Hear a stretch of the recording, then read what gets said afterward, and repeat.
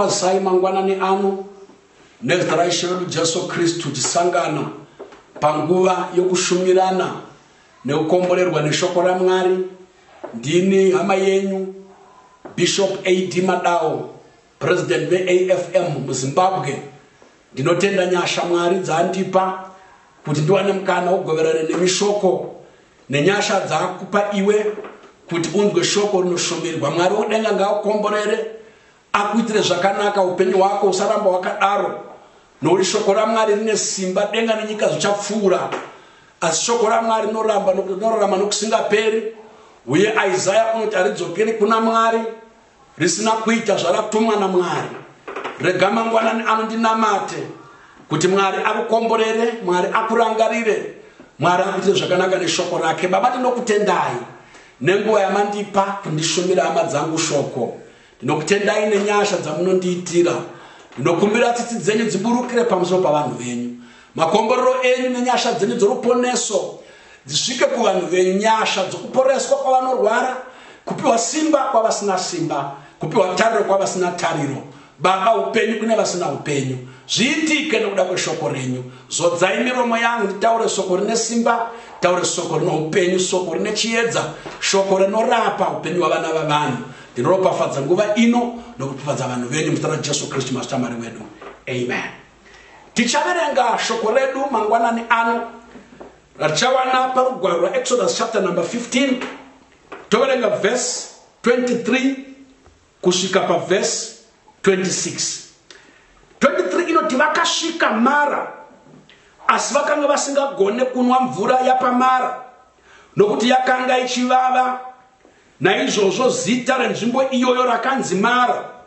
Zvino vanhu vakapopotera Mozisi vakati, tichanweiko?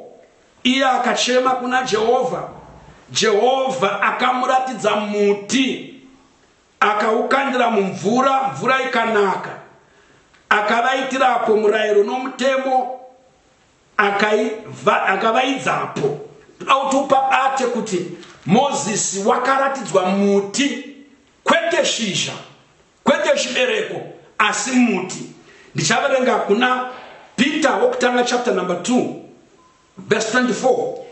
Iye wakatakura amene zvivi zvedu mumuviri wake pamuti, kuti isu kana tafa kuzvivi tiraramire zvakarurama.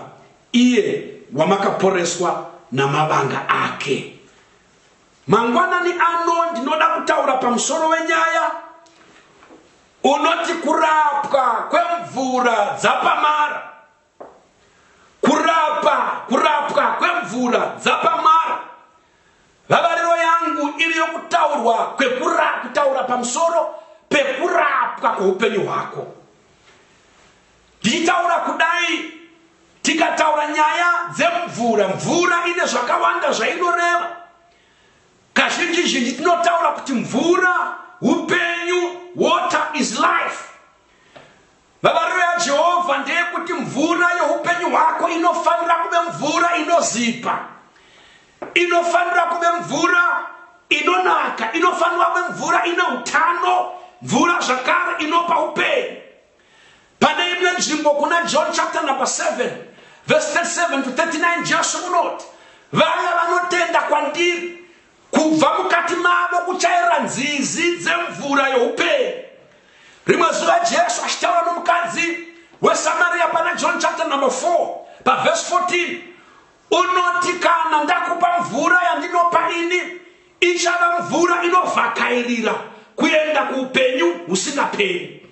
Pano pataverenga vana vaIsraeri vayambuka gungwa dzvuku. Bhaibheri rinoti pavakayambuka gungwa dzvuku vakatanga kupembera vakaimba. Miriam hanzvadzi yaAroni naMozisi akabata tamborini kana gandira achirova achiridza.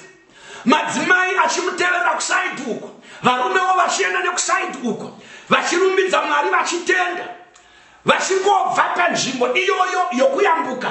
Bhaibheri vakasvika panzvimbo inonzi Elim. Vabva paElim vakanosvika panzvimbo inonzi Mara. Vava rinoti Mara rinoreva kuvava. Ukarangarira mukadzi unonzi Naomi, afirwa nomurume wake, afirwa vanakomana vake paakadzokera kunyika yeBethlehem, pavakamhoresa vakati Naomi, unoti musanditi Naomi, inditai Mara, zita rangu rakunzi Mara, nekuti upenyu hwangu hwakalava. Ndakasiyiwa nomurume wangu, ndakasiyiwa navana vangu, handina chandava nacho, ndakawa chirikadzi sina chinhu. Musanditi Naomi, nditi Mara, nekuti upenyu hwangu hwavava. Ndichitaura kudai mangwanani ano, kune vanhu vakaberekerwa kuMara, nzvimbo inovava, upenyu hwavo hwakava upenyu hunovava. Makurisirwo avo vakakurirwa mumvura dzinovava, vakafunda chikoro mumvura dzinovava, vakaroora nokuroorwa mumvura dzinovava, vanonamata kumachechi ane mvura dzinovava. Upenyu hwavo upenyu hwekutambudzika, upenyu hwavo upenyu hwekushungurudzika, upenyu hwavo upenyu hwenhamo namatambudziko. Asi nhasi ndine shoko rinobva kuna Mwari. Jehovha Mwari unoda kurapa mvura dzinovava dzoupenyu hwako. Jehovha Mwari unoda kuzipisa mvura dzinovava dzoupenyu hwako. Jehovha Mwari unoda kuti upenyu hwako uve sweet, upenyu hwako uve fresh, upenyu hwako hunakidze, urege kuomerwa, urege kuremerwa, urege kuve mutambudziki nomudzungairi munyika yavapenyu. Rega nditaure ndichiti nyika yekurarama panyika panapa, this life is not predictable. Wafarira Mwari, wafarira kuyambuka gungwa dzvuku, unogona uchibva pakuyambuka gungwa dzvuku wosangana nemvura yepaMara. Nditaura kudai upenyu hwako unogona kushanduka. Kunyamba usina kuberekerwa paMara, your life can change just a second. Imba yako inogona kutsva, wopedzisira wava paMara. Mukadzi unogona kuramba, wopedzisira wava paMara. Murume unogona kuenda nesmall house, wopedzisira wakurarama paMara. Vabereki vanogona kufa usati wapedza chikoro, upenyu hwako hwova paMara. Upenyu hwenyika ino haugone kuvimba nawo. Vimba naJehovha hama yangu, vimba naMwari wamasimba ose, vimba naMwari wokudenga. Usavimba nezvinopfuura, usavimba nezvinoparara, usavimba nezviri temporary. Vimba naJehovha, nekuti upenyu hwepano pasi hausi upenyu hwaungavimba nawo. Unoziva Mwari paakatisika, akatisika kuti tisararama in isolation, tisararama sema islands. Tinorarama navanhu, tinorarama navanhu, tichiraramiswa navanhu. Umwe munhu akambotaura akati usadadira munhu, nekuti pawakavapo panyika wakazvarwa nomunhu. Munhu iyeye kune munhu akabetsera vabereki vako kuti ubetserwe. Pawakakura wakuriswa navanhu, wakadzidziswa nomunhu, pauchafa uchavigwa nomunhu, guva rako richacherwa nomunhu, uchachemwa nomunhu. Saka we need each other muupenyu. Haugone kurarama upenyu kudadira vanhu. Mukurarama kwedu takasikwa naMwari kuti tirarame navanhu. In other words, timwe mvura dzinobva pane vamwe vanhu. Hallelujah. Rega nditaure chiti kana iri mvura, let's say for example, politicians ane mvura dzinobuda mavari. Vamwe vanobuda mvura dzinoita kuti nyika inake, vamwe vanobuda mvura corruption. Kana tamwa mvura iyoyo, the whole nation goes into pain, the whole nation goes into tears. Nekuti tiri kunwa mvura dzinovava dzinobva pavanhu vane upenyu hunovava. Kana ari maticha ane mvura dzinovava, vana vechikoro vanenge vachimitisiwa, vana vechikoro vanenge vachirohwa, vana vechikoro vanenge vachidofora nekuda kwaticha une mvura dzinovava. Kana ari mabankers, ava bank ari corrupt, mari dzevanhu dzinodisappear, mari dzevanhu hadzisviki kuvaridzi, mari dzinoshota nekuti tanwa mvura dzinovava dzinobva from a corrupt banker. Kunyange vari vafundisi vamachechi, kune vamwe vafundisi vanobuda mvura dzinovava.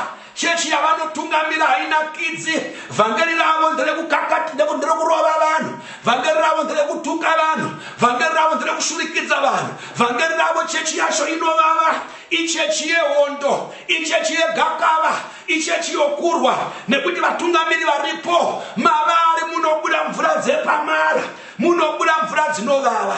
Kana uri mukadzi akaroorwa nemurume wepaMara, maari haunwi mvura dzinonakidza, haunwi mvura dzinozipa, haunwi mvura inonaka, unomwa mvura inovava kubva kumurume anokuabusa, unomwa mvura inovava kubva kumurume anokurova, unobva unomwa mvura inovava kubva kumurume asina hanya, murume asingakuritiri iwe navana vako. Dzimwe nguva unogona kuve murume akanaka, oroora mukadzi wepamara, maari munobuda mvura dzinovava, basa rake kupopota, basa rake kuchenama, basa rake kunonoka kusvika kumba, basa rake kukushungurudza nekukutambudza.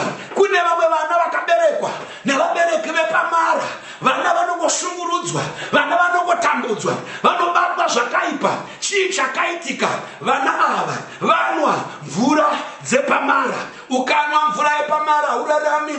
Wakamwa mvura yepamara unoora moyo. Wakamwa mvura yepamara unopedzwa simba. Wakamwa mvura yepamara moyo wako uya heartbroken.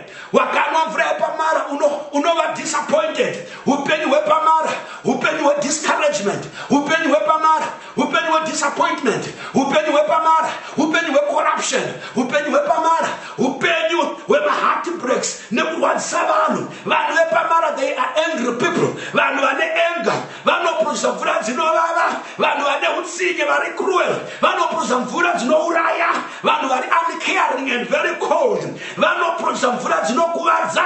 Basa ravo kudestroya upenyu hwavamwe vanhu, kuparadza madreams avamwe vanhu, kuparadza ramangwana ravana vavo vanhu. They were offended.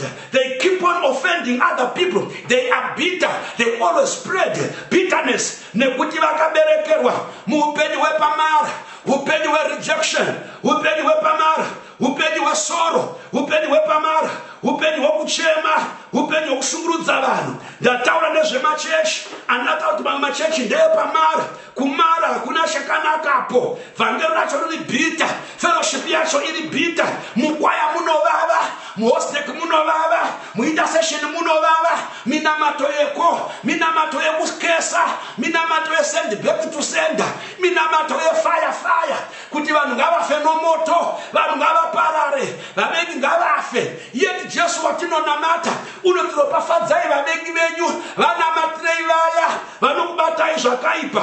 Vhangeri repamara rinouraya mweya yavanhu. Vhangeri rapamara rinokuvadza zvipo zvavanhu. Vhangeri rejealousy, vhangeri regodo, vhangeri roruvengo. Jesu Kristu mangwanani ano oda kurapa munhu akanwa mvura dzapamara. Jesu Kristu mangwanani ano unoda kurapa munhu akazvarirwa pamara. Jesu Kristu mangwanani ano unoda kurapa munhu akaroorerwa pamara, akaroora pamara. Jesu Kristu mangwanani ano unoda kurapa umwe munhu anopinda chechi yapamara. Jesu Kristu mangwanani ano unoda kupa mufaro, unoda kupa runyararo, unoda kupa tariro, unoda kupa chiedza nomwenje. Wherever you are, pauri ipapo, pamara yauri iyoyo, tina Jesu unoda kurapa.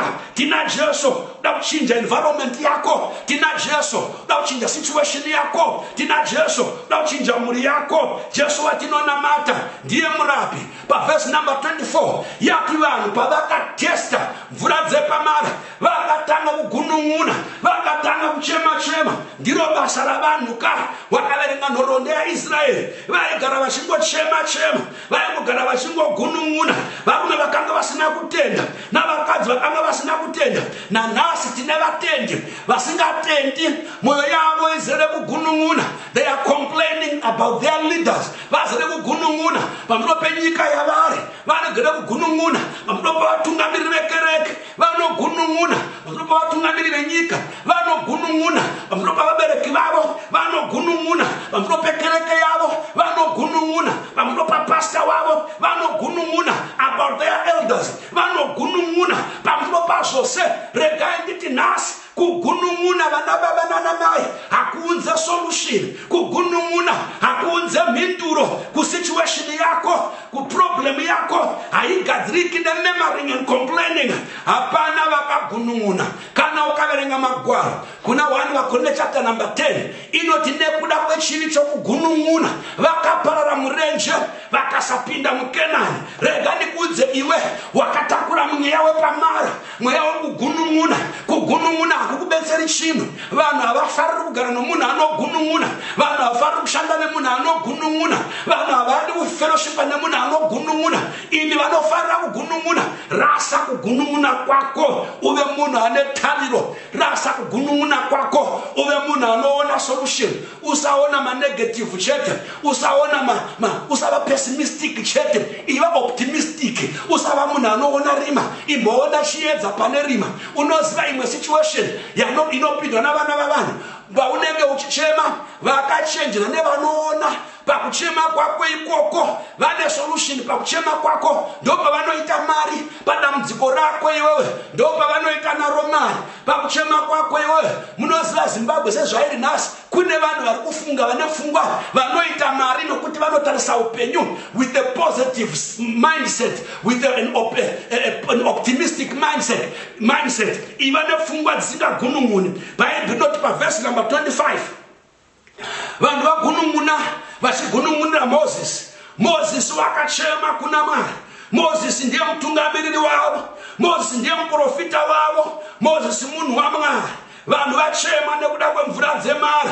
Kana vanhu vochema Mozisi unoitei? Mozisi unoenda navo kuna Mwari. Mozisi unochema achiti nhai Mwari todzirapa seiko mvura idze pamari.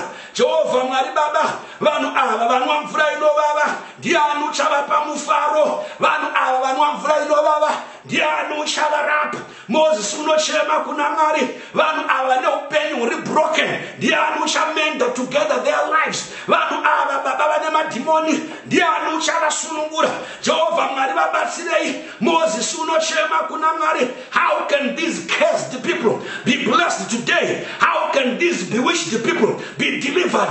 Mozisi unochemera vanhu vaMwari kuna Mwari wavo. Ndiro basa romutungamiriri, basa rekuchemera vanhu. Unoti vanhu ava vari mupoverty, ndiani uchavasimudzira mukati meupenyu hwavo? Ivo vanhu vari broken families, ndiani uchavaka mafamily avo? Vanhu ivava nhai Mwari vari divided, ndiani uchavabatanidza? Vanhu ivava vanorwa, ndiani uchavayananisa? Vanhu ivava vari abused, vakadzi vakaabusiwa, ndiani uchavarehabilitata? Ndiani uchavarapa? Ndiani uchavanatsa? Vana vakaabuswa, ndiani uchavanatsa? Vanhu vasina dzimba, ndiani uchavavakira dzimba? Vanhu vasina mufaro, ndiani uchavapa mufaro? Vanhu vasina mabasa ava, ndiani uchavapa mabasa? Ndo basa romutungamiri. Unochema kuna Mwari, achichema kuti Mwari tipei solution, achichema kuti Mwari tipei mhinduro, achichema kuti Mwari tipei nzira.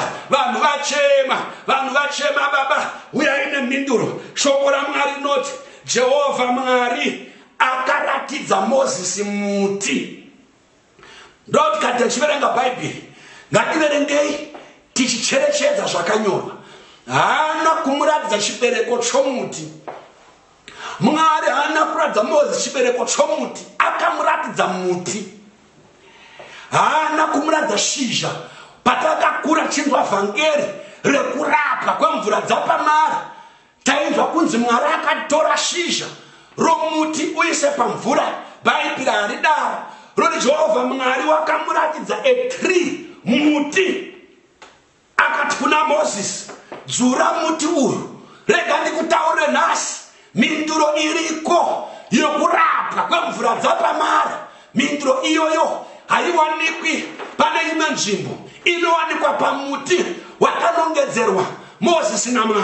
Mwari haana kuratidza Mozisi bishop, Mwari haana kuratidza Mozisi vaprofita, wakamuratidza muti.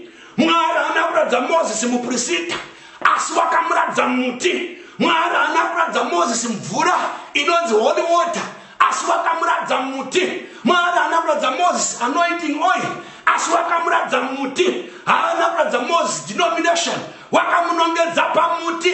Haana kumunongedza kuna papa, wakamunongedza pamuti. Haana kumunongedza rosary, akamunongedza pamuti. Haana kumunongedza shizha, wakamunongedza muti. Vana baba nana mai, ndine nyaya ndauya nayo nhasi. Mwari ndobva ati kuna Mozisi, uchi ndicho chirevo chichagara nokusingaperi, chekuti kana vanhu vasangana nemvura dzinovava, mhinduro yavo ichawanikwa pamuti. Tora muti uyu, dzura muti uyu, sezvauri ukandire mumvura dzepamara. Shoko raMwari rinoti Mozisi paakasimudza muti uyu achiukandira mumvura dzapamara, mvura dzapamara dzakapora, dzakarapwa, dzikatanga kuve fresh, dzikatanga kuve sweet, dzikatanga kuve healed. Vana baba nana mai, kana une mvura dzinovava, mindiro haiwanikwi kumunhu, mindiro haiwanikwi kureligion, mindiro haiwanikwi kudenomination, mindiro inowanikwa pamuti, haiwanikwi pakadhi rokuchechi, haiwanikwi pakubvisa chegumi kuchechi. Mindiro inowanikwa pamuti, mindiro haiwanikwi pamadhuku emachechi, haiwanikwi pauniform yechechi. Chaunotsvaka muupenyu hwako muti, mababa nababa nanamai. Chaunotsvaka pavana vako ngavanongedzwe pamuti. Chinodiwa pamurume wako ngaanongedzwe pamuti. Mudzimai wako ngaanongedzwe pamuti. Nyika yeZimbabwe tinoinongedza kumuti. Tinoti minduro haiko kuvanhu. Vanhu vanokuchemedza, vanhu vanokurasisa, vanhu vanokunyepera. Minduro yeZimbabwe ichawanikwa pamuti. Minduro yevana veZimbabwe iri pamuti, kuti mvura dzinovava, mvura dzepamara dzirapike. Minduro yemakereke asina zvakanaka zvinoitikamo zvekuvavana nekurwisana zvinowanikwa pamuti. Muti wandiri kutaura ndowei? Peter unotaura kuna Peter kutanga chapter 2 verse number 24 unoti iye Jesu uyu wakatakura zvivi zvedu mumuviri wake paakaturikwa pamuti, namavanga ake takaporeswa. Muti ndewei nai Moses? Muti ndewei nai Peter? Vakonda kutanga chapter number 1 verse 18 Paul unoti paminduro, unoti pandakauya kwamuri ndakasimudza muti unonzi muchinjikwa. Pandakauya kwamuri ndakaparidza maridzo yomuchinjikwa. Handiparidzi zita rangu, ndoparidza muchinjikwa. Handiparidzi chechi yangu, ndoparidza muchinjikwa. Handiparidza anointing yangu, ndoparidza muchinjikwa. Handiparidza experience yangu, ndoparidza muchinjikwa. Handiparidza pfuma yangu, ndoparidza muchinjikwa. Unoti maridzo yomuchinjikwa. Upenzi kuvaGiriki, nekuti vaGiriki vanotsvaka wisdom.